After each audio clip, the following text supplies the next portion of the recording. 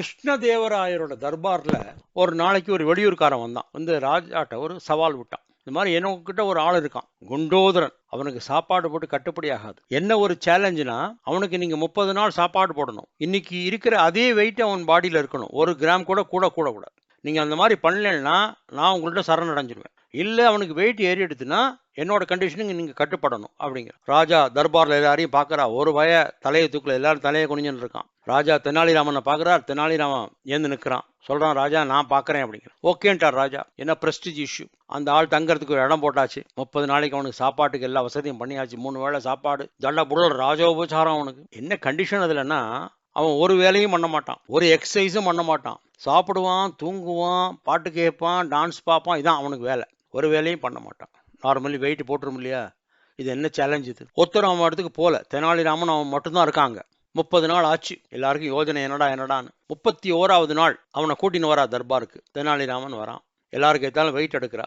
அவனுக்கு முன்னாடி எடுத்து வெயிட் வச்சுக்கோ 100 கிலோ. இப்ப பார்த்தா கரெக்டா அது 100 கிலோ தான் இருக்கு. 1 கிராம் கூட இல்லை. அந்த வந்தவன் தோத்து போயிட்டான். சாரி சொல்லிட்டு சரணடைஞ்சிட்டு போயிட்டான். அப்புறமா ராஜா கேட்கிறா தெனாலிராமன்ட்ட, எப்பட்றா நம்ம சாப்பிட்டு உட்காந்தா தொப்பை விழுந்துரும், உடம்பு வெயிட் ஏறிடும், எப்பட்றா நீ பண்ணினேங்கிறார். தெனாலிராமன் சொல்றான், அவனோட ரூமுக்கு பக்கத்தால ஒரு சிங்கத்தோட கூண்டு வச்சுட்டேன். அதுக்குள்ள ஒரு சிங்கம் இருந்தது. உள்பக்கமா தாப்பா போட்டு பூட்டிட்டேன். ஆனா அவன்கிட்ட சொன்னேன், இந்த சிங்கத்தை உனக்கு பாதுகாப்பா இங்க வெளியில வச்சிருக்கேன். இங்க ஏதாவது ராத்திரி சத்தங்கத்தம் கேட்டுதுன்னா இந்த சிங்கம் கூண்டை விட்டு வெளியில வந்துடும். ஏன்னா அதோட கூண்டு கதவு சரியில்லை.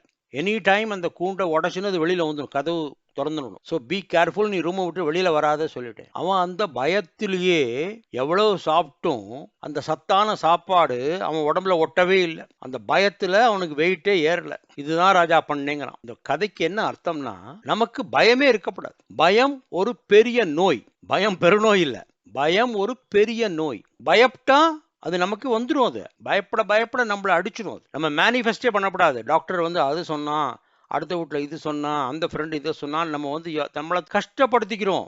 நம்மளே கஷ்டப்படுத்திக்கிறோம். வேண்டாம், பயப்படவே வேண்டாம். நல்ல சத்தான சாப்பாடு சாப்பிடுவோம், அளவா சாப்பிடுவோம், நிறைய நடப்போம், அளவோட எக்ஸசைஸ் பண்ணுவோம், நம்மளோட வேலையை இன்பமா உணர்ச்சி பூர்வமா ஈடுபட்டு வேலை பார்ப்போம். இதெல்லாம் பண்ணாலே நம்ம உடம்புக்கு வியாதியே வராது. நம்ம வாழ்க்கை நன்னா இருக்கும், இன்பமயமா இருக்கும், தைரியமா இருக்கலாம். பயமே வேண்டாம். வாழ்க வளத்துடன் வலிமையுடன். ராதே கிருஷ்ண ராதே கிருஷ்ண ராதே கிருஷ்ணா.